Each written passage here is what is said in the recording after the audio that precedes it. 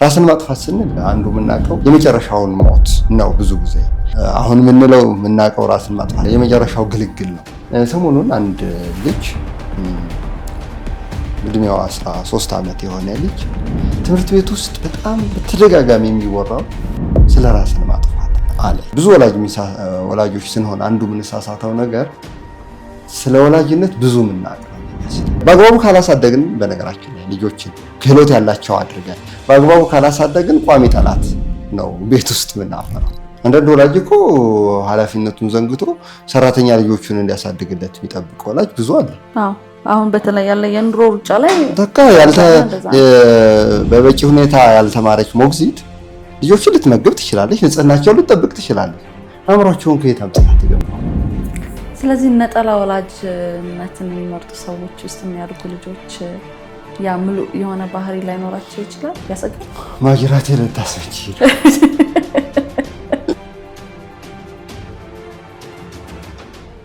ሰላም የዮያ ቲቪ ተከታታዮች እንዴት ከርማችሁልናል? ሉላ ነኝ። ይሄ ደግሞ ዮያ ቲቪ ነው። በዮያ ቲቪ እንግዲህ ታሪኮችን እናቀርባለን። ማህበራዊ እንዲሁም ደግሞ ስነልቦናዊ፣ ኢኮኖሚያዊ፣ ፖለቲካዊ የማይዳሰሱ ሀሳቦች አይኖሩም። ዛሬ ደግሞ ከነዚህ ሁሉ ሀሳቦች ስነልቦናን መዘዝንና በተለይ ደግሞ ወጣት ልጆች ላይ አተኩረን ልናወራ የስነልቦና ባለሙያ እዚህ ስቱዲዮ ጋብዘናል ማለት ነው። እኔ ሉላ ነኝ። ቆይታችሁን ከኛ ጋር አድርጉልን። እንግዳዬ ራሱን ያስተዋውቅልናል። በነገራችን ላይ ወጣት የስነ ልቦና ባለሙያ ነው ያለው። ስሜ አትክልት እባላለሁ። ፍኖት የስነ ልቦና ማዕከል አለኝ። ወደ 20 አካባቢ ልጆች ላይ ቤተሰብ ላይ በዋናነት የሚሰራ አዲስ አበባ ዩኒቨርሲቲ ተጋባዥ መምህር ነኝ። ምን ይባላል? ብዙ ጊዜ አንድ ሰው የስነ ልቦና ባለሙያ ነኝ ብሎ ሲል እየመረመርሽኝ ነው ቼክ ያረግሽኝ ነው ይባል ነገር አለና የምር ህይወትን ላይ እንደዛ ገጥሞ ያውቃል? ከሰዎች ጋር ኢንተራክት እያደረግህ እያለ ወደ ስራው ዓለም ገብተህ ኦብዘርቭ ለማድረግ ሞክረህ ታውቃለህ? ምንም ጥያቄ የለውም። እይታሽ ላይ፣ አመለካከትሽ ላይ፣ መስተጋብርሽ ላይ ግን ይመጣል።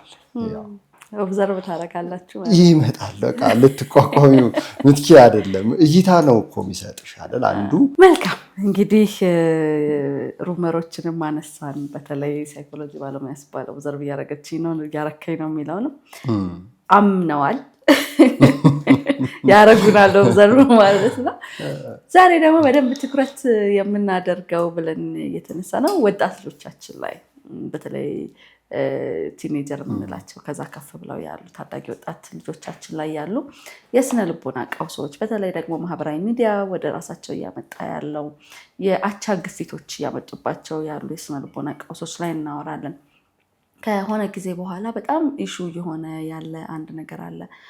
ራስን ማጥፋት የሚባለው ነገር አሳሳቢ የሆነ ኢሹ የሆነ የመጣ ነገር አለ እና እንደው ከሱ ብንጀምር ሰው ራሱን ለምን ያጠፋል? በእርግጥ ለዚህ ተብሎ የሚቀመጥ ነገር አለ ብዬ አላስብም። ግን እንደው እንዳጠቃላይ ሰው ራስ ማጥፋት የሚባለው ራስን መጉዳት ከማጥፋትም ደግሞ ራስን መጉዳት ኢቭን ወደ ሱስ መግባት ሌሎች ነገሮችን ማድረጋልና ምንድነው ወደዛ እንዲሄድ የሚገፋፋው ነገር ሰው? ምክንያቱም ብዙ ሊሆን ይችላል። በተለይ ደግሞ በወጣትነት ደግሞ የልጆች ፈጣን የውሳኔ ባህሪ በራሱ ጫናዎችን ለመቋቋም በቂ የሆነ ክህሎትና ልምድ ላይኖራቸው ይችላል። የተለያዩ አይነት የአእምሮ ጤና እክል ሊኖሩ ይችላሉ። አንዳንድ ጊዜ ደግሞ ከአቅማቸው በላይ የሆኑ መረጃዎች ሊመርዟቸው ይችላሉ። ለምሳሌ ሶሻል ሚዲያ ላይ የሚያዩዋቸው የሚሰሟቸው እና ያንን ልጆች ምን ይፈልጋሉ? በህይወታቸው ውስጥ ተስፋን የሚሰጣቸው አጋርነትን፣ ይሄ አለኝ የሚሉት መተማመን የሚሰጣቸውን ወይም ፕሮቴክሽንን ይፈልጋሉ። ያን ያጡ ሲመስላቸው በተለያየ ጊዜ ለተለያዩ አሉታዊ የሆኑ የአቻ ግፊቶች ሲጋለጡ ከነሱ አቅም በላይ ለሆኑ ሀሳቦችና ድርጊቶች ሲጋለጡ መኖር የሚያስችል ክህሎት የለንም ብለው ሲያስቡ አሁን ወዳልሽው የመኖርን ሀሳብ ወይም እንዴት ልኖር የሚለውን አቅም ሲያጡ ወደ ራስን መጉዳት ሊኬድ ይችላል። ራስን ማጥፋት ስንል አንዱ የምናውቀው የመጨረሻውን ሞት ነው። ብዙ ጊዜ ራስን ማጥፋት አሁን የምናውቀው ራስን ማጥፋት ብለን የምናውቀው የመጨረሻው ግልግል ነው። ግልግል ነው ስል በጥሩ ማንሳት አይደለም። ሁለተኛው ግን ራስን ቀስ በቀስ እየበሉ ማጥፋት አለ። ለምሳሌ በሱስ ራስን ገዝግዞ በጊዜ ሂደት ራስን ማጥፋት ነው እሱ። በወሲባዊ እዛ ስቃይ ውስጥ መቆየት፣ ራስን ማስበዝበዝ። ሰሞኑን አንድ ልጅ እድሜዋ 13 ዓመት የሆነ ልጅ ትምህርት ቤት ውስጥ በጣም በተደጋጋሚ የሚወራው ስለ ራስን ማጥፋት ነው አለኝ። ሌሎቹንም ልጆች አብረውት ያሉት ከሱ በእድሜ የሚያንሱት ሳይቀሩ ተመሳሳይ ነገር ነው ያላቸው። ስለዚህ እነዚህ ልጆች ውስጥ ምን ገብቶባቸዋል? ያክፉ ሀሳብ አለ። ስለዚህ እንደዚህ አይባልም እንደዚህ አይወራም ማለት አይደለም መፍትሄው። ሀሳቡን እንዲያጠሩት በትክክል እንዲረዱት መርዳት ነው። ኦኬ ማን ሲያወራ ሰማችሁ? እንደዚህ ከምን ተነስተው ነው የሚያወሩት? አይ የአንደኛው ልጅ የከሌ እህት ራሷን አጥፍታ ስለነበረ ከዛ ነው የተነሳው። ከዛ በኋላ ራስን ማጥፋት ምንድን ነው? ሰዎች ለምንድን ነው ወደዛ የሚሄዱት? እንዴት የተሳሳተ መንገድ እንደሆነ ለማስረዳት እድል እናገኛለን። እንደ ቤተሰብ ደግሞ ልክ እንደዚህ አይነት ወሬ ሲወራ እንዴ ዝም በል ነው የሚባለው። እንደሱ ነው ግን መሆን የለበትም። ኦልሬዲ ሀሳቡ እነሱ ውስጥ ገብቷል። እንደሱ አይባልም ደግሞ ከተሰማ ሁለተኛ እንደዚህ ስትል እንዳልሰማ ምናምን ካልሽው ለጊዜው አንቺ ፊት ላያነሳው ይችላል፣ ግን ሁልጊዜ ከአእምሮ አይጠፋም። እንደውም የበለጠ የሀሳብ ጎልምሶ ጎጂ ሆኖ የሆነ ጊዜ ውጤቱን ልናገኘው እንችላለን። ብዙ ወላጆች ልጆቻቸውን አካላዊ ህመምን ለማስታመም ቶሎ ብለው ወደ ሕክምና ለመውሰድ ይፈጥናሉ። ጥሩ ነው እሱ። ታዲያ ስሜታቸው ሲታመምስ? አንድ ጥሩ ለዚህ ማሳያ የሚሆን ገጠመኝ የዛሬ 2 ዓመት አካባቢ አንድ ሰው ሪኮመንድ አድርጓት ወደ ማዕከላችን መጣች። እናት አባት አለ፣ ልጅ 16 ዓመት ነው። ቤተሰቡ ተበጥብጧል። ምንድነው ልጆች በዚህ ዕድሜ ሲደርሱ የባህሪ ለውጥ ያመጣሉ። ተፈጥሯዊ ነው። ተፈጥሯዊም ጤናማም ነው ያ ለውጥ መምጣቱ። ግን ወላጆች የነበራቸውን ስልጣን መልቀቅ አይፈልጉም። ልጆቻቸውን እንደ ድሮ መያዝ ይፈልጋሉ እና እነሱ ጨዋ በሚሉት ሳጥን ውስጥ ማስቀመጥ ይፈልጋሉ። አንድ ወላጆቹን ፍርሃት ስላላቸው ነው። ስለዚህ ቤት ውስጥ በአባትና በእናት መካከል ደግሞ ጭቅጭቅ ይፈጠራል። አንቺ ነሽ አባለግሽው፣ ሁሉን ነገር እሺ እያልሽ እየተደበቅሽ እየሰጠሽ ሌላ ጭቅጭቅ ይጀመራል። የእናት ስሜት በጣም ከመጎዳቱ የተነሳ እኔ እሱን ባልወልደው እሱ እስከሚል ድረስ ሄዳለች። ከዛ ግን ተነጋገረን። ለምሳሌ ልጅሽ የአካል ጉዳተኛ ቢሆን ኖሮ ምን ታደርጊዋለሽ? ኧረ እኔ ቢሆን ይሻለኛል፣ ደስ ብሎኝ ነው ልጄን በቃ እንደ እናት ማገለግለው አለች። ኦኬ እሱ ጥሩ ነገር ነው፣ ልጅሽን ያለ ቅድመ ሁኔታ መቀበልሽ። ታዲያ የአካል ጉዳተኛ ሲሆን ለመቀበል ከፈቀድሽ የስሜት ጉዳተኛ ሲሆን ለምንድን ነው መቀበል ይቸገራል? ይሄ ልጅ አይታይም እንጂ አሁን የምትይኝ ችግሮች ሁሉ የስሜት ጉዳይ ናቸው፣ ስነልቦናዊ ጉዳዮች ናቸው። ታዲያ ያን ጉዳት ለምንድን ነው እንደ እናት ለመቀበል አልፈቀድሽ? በተለይ ደግሞ አሁን እንደውም ቆንጆ ሀሳብ የተነሳው እናት አባትን ብሌም ማድረግ፣ አባት እናትን ብሌም ማድረግ በተለይ ልጆች አስተዳደግ ላይ ይሄ አደጉ ጎረመሱ የምንለው ቦታ ላይ ልጆች ኤክስፕሎር ማድረግ ይፈልጋሉ፣ ነገሮችን መሞከር ማየት ይፈልጋሉ። አንደኛው ወላጅ ሞር ስትሪክት ሊሆን ይችላል፣ ሌላኛው ወላጅ ደግሞ እንደተባለው አንቺ ነሽ የፈቀድሽለት እንደሚባለው የሚሄዱበት ነገር ሊኖር ይችላል እና በተለይ የወላጆች መስማማትና መታረቅ ልጁን ለማረቅ ወይም መስመር ለማስያዝ ይረዳል ብዬ አስባለሁኝ። እና እዚህ ጋር ያሉ ኮንፍሊክቶችን ወላጆች ጋር ያሉትን ኮንፍሊክቶች እንዴት ማስታረቅስ እንችላለን?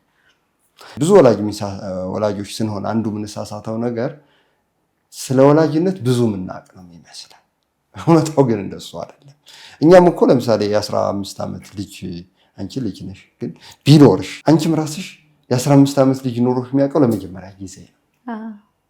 ከልጁ ጋር አብረሽ ነው የምታድጊው፣ አብረሽ ነው ወላጅነትን እየተማርሽ ነው የምትሄጂው። እንደምናስበው እኛ ቀድመን ስለተወለድን ወላጅነትን ቀድመን የምናውቀው ይመስለናል። ሁለተኛ በእያንዳንዱ የውልደት ቅደም ተከተል የልጆች እና የኛ ያስተዳድግ መንገድም እየተለዋወጠ ነው የሚሄደው። ለአንደኛው ልጅ የሰራ ለሌላኛው ልጅ ላይሰራ ይችላል። ብዙ ነገሮች ያንን አፌክት ያደርጉታል። ስለዚህ የልጆች አስተዳደግን በሚመለከት መኪና ለማሽከርከር 3 ወር ገብተን ማሰልጠኛ የምንሰለጥን ከሆነ ልጅን ለማሳደግ እኮ ብዙ ነው የሚያስፈልገን ስልጠና። በአግባቡ ካላሳደግን፣ በነገራችን ላይ ልጆችን ክህሎት ያላቸው አድርገን በአግባቡ ካላሳደግን ቋሚ ጠላት ነው ቤት ውስጥ የምናፈራው። ቋሚ ጠላት፣ የማንከላከለው ጠላት ማለት ነው። በአግባቡ ካሳደግንና ልጆች ክህሎት ያላቸው ሆነው ካደጉ ደግሞ በረከትና ጸጋ ናቸው፣ ለቤተሰብም ለራሳቸውም ለዓለም። ለምሳሌ በትምህርት ጎበዝ መሆን ጥሩ ነገር ነው። በትምህርት ጎበዝ መሆን ግን ብቻውን በቂ አይደለም። በትምህርቱ ጎበዝ የሆነ ልጅ የአቻ ግፊትን የመቋቋም አቅም ከሌለው ይወድቃል። በቃ የሆነ ጊዜ ይወድቃል። ሱስ ውስጥ ልናገኛቸው እንችላለን። ያልሆነ ግንኙነት ውስጥ በቀላሉ በሌሎች ተጽዕኖ ውስጥ ወድቀው ያልሆነ ግንኙነት ውስጥ ሊገቡ ይችላሉ። ህይወታቸው እንግዲህ ምስቅልቅሎ ሊወጣ ይችላል። ለዚህ ነው ልጆቻችንን ስናስተምር ወረቀት ላይ ብቻ አይደለም የምናስተምረው የምንለው። በፕራክቲካል እያየናቸው ያሉ ነገሮች አሉ አይደል? ትምህርት ቤት ውስጥ ያሉ ልጆች የደረጃ ተማሪ ነው የኔ ልጅ እያልን የምንኮራበት ልጅ በሆነ መንገድ ደግሞ ስናይ ትምህርቱን ርግፍ አድርጎ ሊተው የሚችልባቸው አግባቦች ይፈጠራሉ። እንደተባለው የአቻ ግፊቶች ወዳልሆነ አቅጣጫ ሲወስዱት ይታያሉ። እና እንደውም ስንት ተስፋ የተጣለበት ልጅ እንዲሆኑ ቀረ የሚሉ ብዙ ነገሮችንም የምናይበት ነገር አለና ብቻውን ትምህርት ሰው አድርጎ ሊፈጥረን አይችልም። ወይ ደግሞ ብቻውን በራስ መተማመን ሰው አድርጎ ሊፈጥረን አይችልም። መርጅ ማድረግ ያለባቸው ብዙ ነገሮች አሉ ማለት ነው። ልጆቻችን አሁን ለዓለም ክፍት ናቸው፣ ተጋልጠዋል በቴክኖሎጂ። ብቻችንን አይደለም እናሳድጋቸው፣ ዓለም ነው እያሳደጋቸው ያለው። የሆነ ለልጅ መልእክት መንገር የለበትም ብለን የምናስበው የሆነ ሰው የሆነ ተጽዕኖ ሊያሳድር የሚችል መልእክት ስልካችን ላይ፣ ኮምፒውተሮቻችን፣ ቴሌቪዥኖቻችን ላይ መጥቶ ሲናገር እናያለን። እና ከሱ አንጻር እንዴት ነው ፒር ፕሬሸሮችን መቋቋም እንዲችሉ ማድረግ የምንችለው?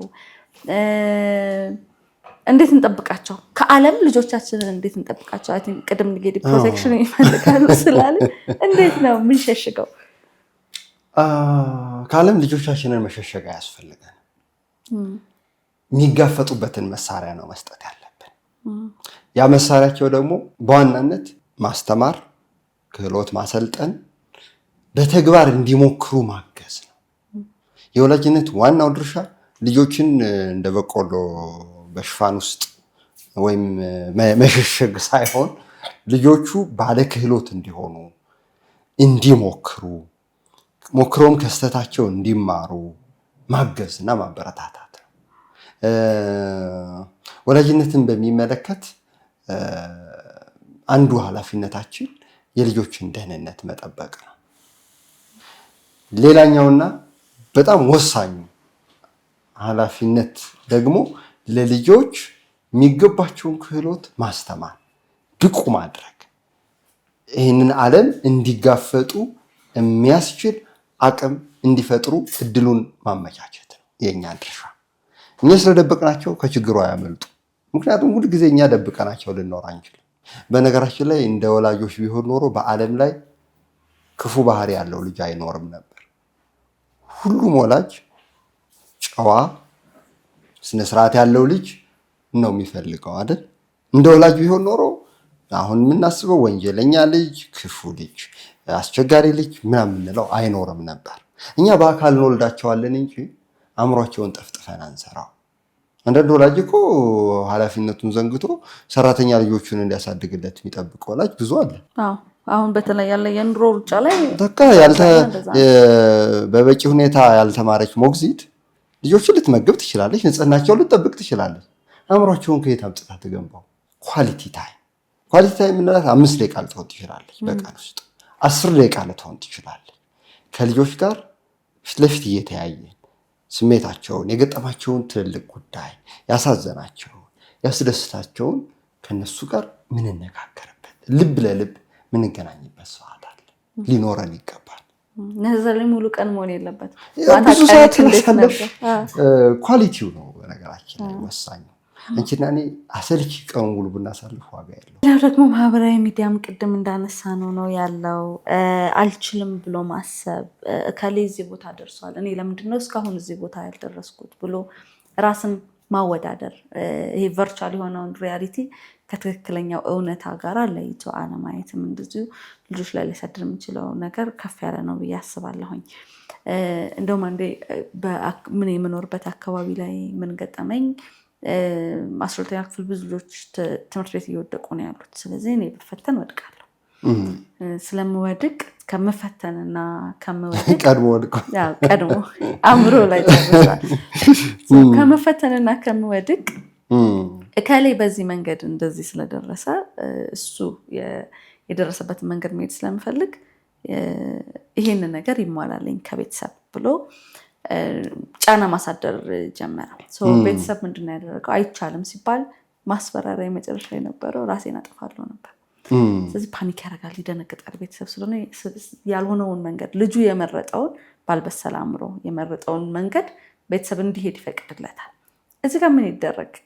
ግራ የሚገባ ነገር ነው የሚመጣው። ልጁ ቀድሞ ትምህርት ቤት ወደቀ፣ ሌሎች ልጆች በዚህኛው መንገድ ተሳክቶላቸዋል ብሎ አሰበ። ቤተሰብን በዚህኛው መንገድ አስፈራራ።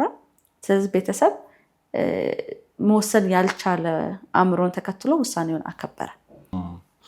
አንድ ወዳጄ በእድሜ በጣም የሚበልጠኝ በልጆች አስተዳደግ ጉዳይ ብዙ ጥሩ ነገር ያለው ሰው ነው እና ልጁን ገና በ9 ዓመቱ ይልከዋል፣ መርካቶ ይልከዋል። ሩቅ ነው እንግዲህ ሂድና እንዲህ ቦታ ላይ ይሄን ገዝተና ብሎ ብር ይሰጠዋል። የልጁ እናት መቼም ነፍስ ከስጋዋ ነው የሚያልቀው። በቃ በጣም ነው የምትረበሸው። ይሄ ልጅ ሳይሆነው በዚህ እድሜው ለአደጋ ልታጋልጠው ለዱርዬ እንዲህ ልታስደርገው ስትል ባል ኮስተር ብሎ ይሄንን ካልተቋቋመ ቢያድግም አይጠቅመኝ። ስለዚህ ራሱንም እንዲጠቅም የምትፈልጊ ከሆነ ዛሬ ጥርሳችንን ጨክነን ትንሽ አደጋዎችን እየተጋፈጠ ማለፍ አለብን። አሁን ይህን ስታዩ እንደ ወላጅ ጭካኔ ይመስላል አለ። ቢጠፋስ ነው የምትለው እና ስትሆኝ ደግሞ አስቢ። ግን እዚህ ላይ ምን አለ መሰለሽ፣ እኔ ያው ልጁ በራሱ ማድረግን ኃላፊነትን የመሳሰሉ ነገሮችን በአንድ ላይ እንዲለማመድ አይሽ እየተጋፈጠ ነው ያለው። ግን ምን ያደርጋል አባት ሁልጊዜም ልጁን ደግሞ የሚከታተል ሰው ከጎን ደግሞ በ50 ብር ይቀጥራል።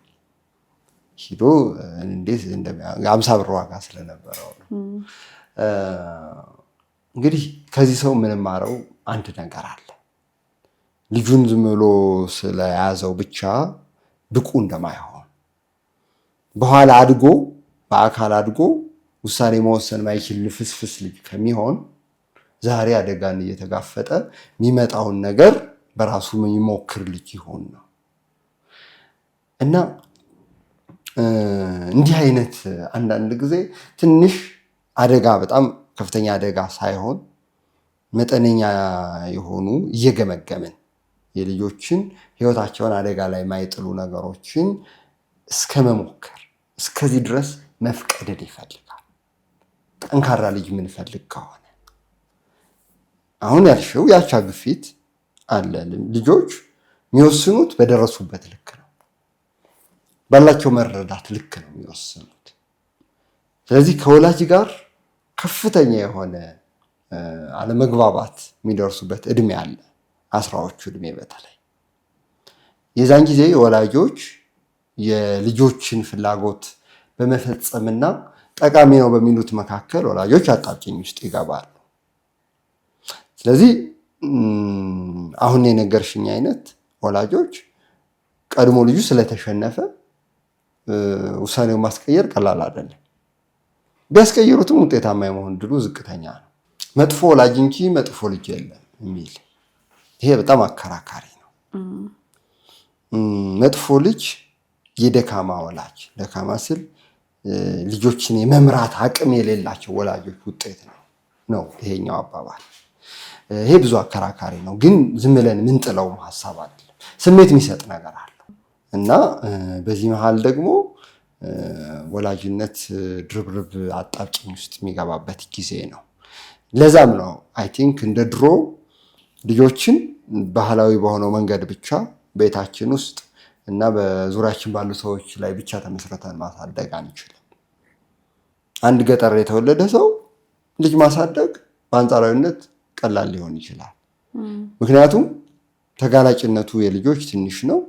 ልጆችን ደግሞ ፕሮቴክት የሚያደርጉ የሚንከባከቡ በዙሪያው ያለው አካባቢው ሁሉ ልጆችን በመንከባከብ ረገድ ኃላፊነት ይወስዳል። ሌላ የአባትና የእናት ሮል ነው። አሁን ሁለቴ ተነሳ ነገር ቅድም ያ ጠንካራ አባት ልጁን ለዓለም ተግዳሮት ሲያጋፍጠው እናት ሳሳች። ምን ልታረግብኝ ነው ልጄን አለች። ሌላ ቤተሰብ ላይ ደግሞ ያንቺ ይሄንን ማድረግ ነው ተብሎ መወቃቀስ ተጀመረ። የአባት ሮል ምንድነው ልጅ ማሳደግ ላይ? የእናት ሮልስ ምንድነው ልጅ ማሳደግ ላይ? እንደ ማህበረሰብ እንደኛ ማህበረሰብ ብዙ ጊዜ ወጥቶ አንድ አባት የትምህርት ቤት ከከፈለ ዩኒፎርም ከገዛ አስቤዛ ከገዛ ሌላውን እናት ላይ ኃላፊነት መጣል አለ። ወይም ደግሞ ቅድም እንደተባለው ወጥተው እንደዚህ ከተደረገ በኋላ የሆነ ሴት ልጅ ስትሆን ለሷ ወንድ ልጅ ሲሆን ለኔ ክፍፍል የሚመስል ነገር አለና ልጅ ማሳደግ ፉክክር ሳይሆን ትብብር ነው አይደለም የሚባለው። አንዳንዴ ደግሞ ግን ይሄ ያንቺ ስራ ነው፣ ይሄ ያንተ ስራ ነው ተብሎ የሚጣል ነገር አለ። ምንድን ነው ላቸው? እናት ምንድን ነው የምታደርገው? አባት ምንድን ነው ማድረግ ያለበት? የእናትን ሚና በሚመለከት መስጠት ነው። መስጠት ስልሽ ፍቅር፣ ምግብን፣ ጊዜንም፣ ስሜትንም ሀሳብንም መስጠት ነው። የአባት መስጠት ግን ከእናት በመጠኑ ሊለይ ይችላል። በአመዛኙ አባት የፓወርን ወይም ስልጣንን የሚወክል ነው። አባት በእኛ ሀገር ብቻ አይደለም፣ በሌሎችም ሀገራት ነው። አንዳንድ ጊዜ ግን ለምሳሌ አባት በተለያየ ምክንያት ከሌለ እናት ሁለቱንም እንግዲህ ለመጫወት ትገደዳለች። እሱ ደግሞ የራሱ የሆነ ጫና አለው፣ ግን ምንም ምርጫ የለም እና ሚናቸው እንደው ዝም ብለን የከሌ ይሄን ስራ የከሌ ይሄን ስራ ብቻ የምንለው አይደለም። ትብብር ያስፈልጋል። ግን ከተፈጥሯችን ደግሞ ስንነሳ አሁን ያልኩሽ ነገሮች በጣም ለእናት የሚቀሉ ነገሮች አሉ። ነርቸር ማድረግ ነርቸሪንግ ለእናት በጣም የሚቀል ስራ ነው። እዚህ ውስጥ የአባትነትን ሚና ከመፈራት ይልቅ ፕሮቴክሽን፣ የደህንነት ስሜት እንዲሰማን በማድረግ ረገድ ከፍተኛ ሚና አለው።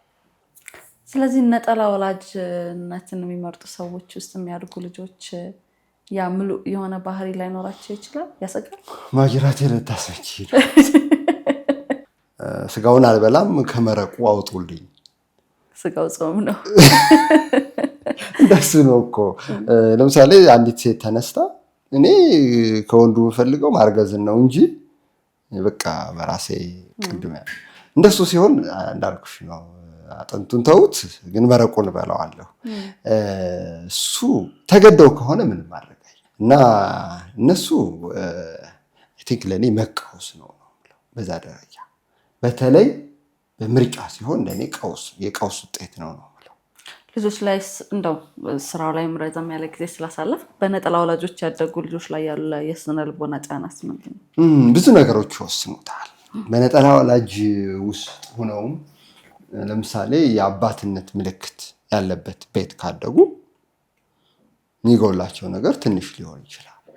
ምሳሌ አያት ቤት፣ ወንድ አያት ቤት ውስጥ ካለ ወይ ታላቅ ወንድም፣ የእናት ታላቅ ወንድሞች ቅርብ ከሆኑ ብቻ ይሄንም ምልሽ ብዙ ነገሮች አብረው የሚታዩ ነገሮች አሉ።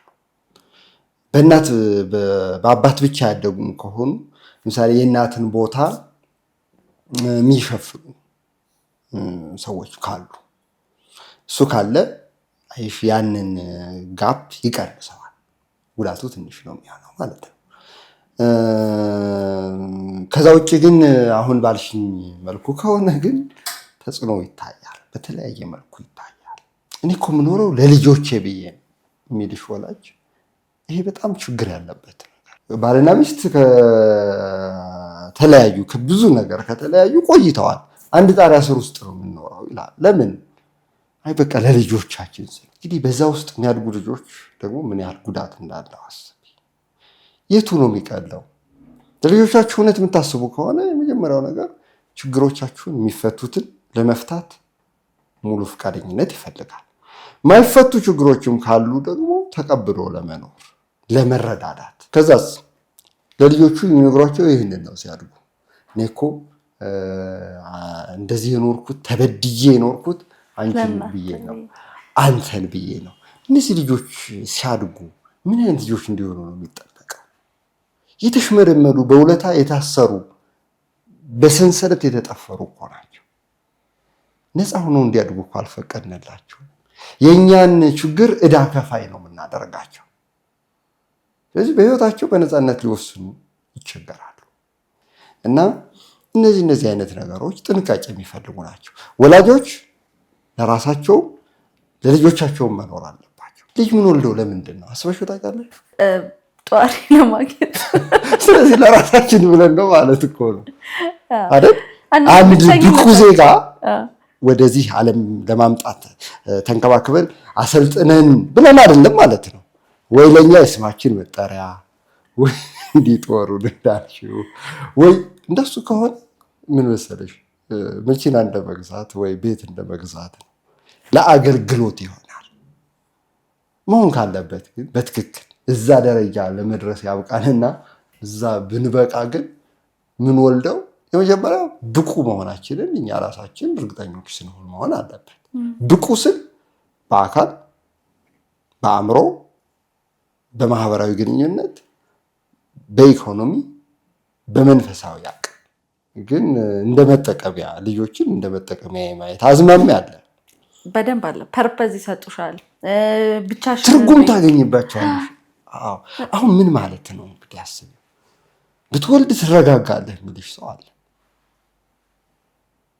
ታዲያ ሳይወልድ የተረጋጋው ሳይወልድ ምንድን ነው ወፈፍ ያደረገው ሰው ሲወልድ ከየት መጥቶ ነው የሚረጋጋው? ይብሳል እንደው ልጆቹን መቆመሪያ ማድረግ ነው እንግዲህ አስቢ። ልጅ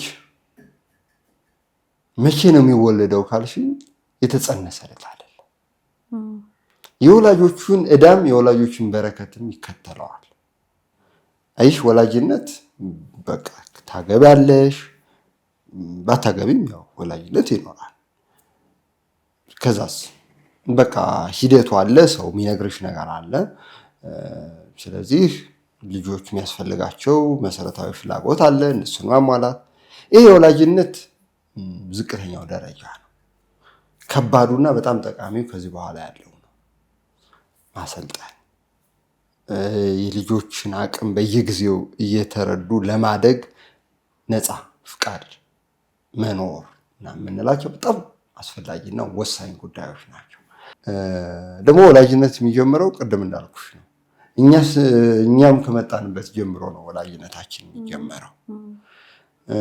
ለምሳሌ በስነ ህይወት ብንመጣ የአንድ ዛሬ ለሚጸነስ ጽንስ የወላጆች የ6 ወር በተለይ የወንድ የዘረመሉ የዛሬ 6 ወር አካባቢ የነበረው አመጋገብ ነው ለዛሬው ጽንስ ዋጋ ያለው። በዛን ሰሞን የሚጠቀማቸው የነበሩ ነገሮች አልኮሊክ ከነበረ ድረግ ከነበረ በቀጥታም ይሁን በተዘዋዋሪ ወደ ልጁ ኢንኮድ ይደረጋል። የእናትም ቢሆን ቀደም ያለው ቢያንስ የሳምንታት ጉዳይ በደንብ ይታያል። ይህ እንግዲህ ስነ ህይወታዊው ጉዳይ ነው። አይ ሲጸነሱ ብቻ አይደለም ይጀምረው ማለት ይቀድማል። ስነ ልቦናዊ ጉዳይ ደግሞ እኛም እንግዲህ ካለፉት ከእናት ከአባቶቻችን ይዘን የመጣናቸው ነገሮች ሳይቀሩ ወደ ልጆቻችን ጥሩም ከሆኑ በጥሩነታቸው መርዛማም ከሆኑ በመርዛማነታቸው በቀጥታም ይሁን በተዘዋዋሪ ይተላለፋሉ። ለልጆች ጥፋት ልጆችን ብቻ መውቀስ፣ ምክንያቱም እኔ ሮል የለኝም። አሁን ልጄ ዛሬ የሆነ ነገር ሲያጠፋ እኔ አይደለም እሱ ብቻ ነው ያጠፋው ብለን ልጆችን ብቻ መውቀስ ደግሞ ሌላው የኛ ስህተት ከሆነ ስህተት ነው ብዬ ማስባለሁ። ምክንያቱም ቅድም እንደተነገረው ልጆቹን ያሳደግነው እኛ እስከሆነን ድረስ እኛም ኃላፊነት አለብን የሚባል ነገር አለና የልጆች ጥፋት ውስጥ የኛም አክሽን መኖሩን ስንረዳ ይመስለኛል ልጆቻችንን የበለጠ መረዳት የምንችለው። ከሱ አንጻር የምትለን ነገር ካለ እስካሁን ደግሞ ስናወራው መነሳት ኖሮበት ያላነሳነው ጉዳይ ካለ እስቲ አንድ ላይ ያይዝልን። እኛ ትክክል ቀጪ ልጆችን ተቀጪ እና ሁልጊዜ ጥፋት ላይ የሚሰማሩ አድርጎ ማየት በራሱ ችግር ነው። ለምሳሌ ህፃናት ገና ይሄ ምንድነው ለምሳሌ 1 ዓመት የ2 ዓመት ህፃናት ካየሽ እቃ ይጥላሉ። እቃውን መስበር ፈልገው አይደለም ያን የሚያደርጉት፣ ድምፁን የኛን ሪያክሽን ማየት ይፈልጋሉ። ለኛ ግን ምንድነው ጥፋት ነው። ለነሱ ግን ጥፋት አይደለም። ዓለምን እየሞከሩ በራሳቸው መንገድ ጣዕሙን እየሞከሩት ነው። ትልቅም ሲሆኑ 10ዎቹም ውስጥ ሲገቡ እኛ በምናየው ልክ እንዲያዩ መጠበቅ በራሱ ስህተት ነው። ስለዚህ ልጃችን ስህተት ውስጥ ካለ ጥፋት ውስጥ ካለ የኛንም ድርሻ በአግባቡ ማየት ያስፈልጋል። ቤት ውስጥ ሰላማዊ ህይወት የሚፈልግ ወላጅ ሁሉ ምን ማድረግ አለበት? የመጀመሪያው ወላጅነትን ጠንቅቄ አውቀዋለሁ ከሚል መታበይ መውጣት ያስፈልገናል። ምንም ማረው በየጊዜው አዳዲስ ነገር ያለበት ጉዳይ ነው።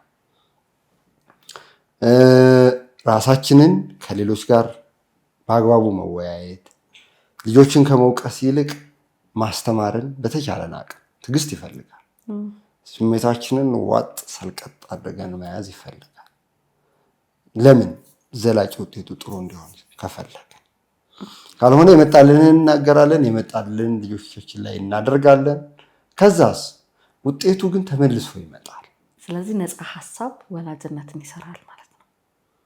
አዎ፣ ፈቃደኝነት በጣም መሰረታዊ ጉዳይ ነው።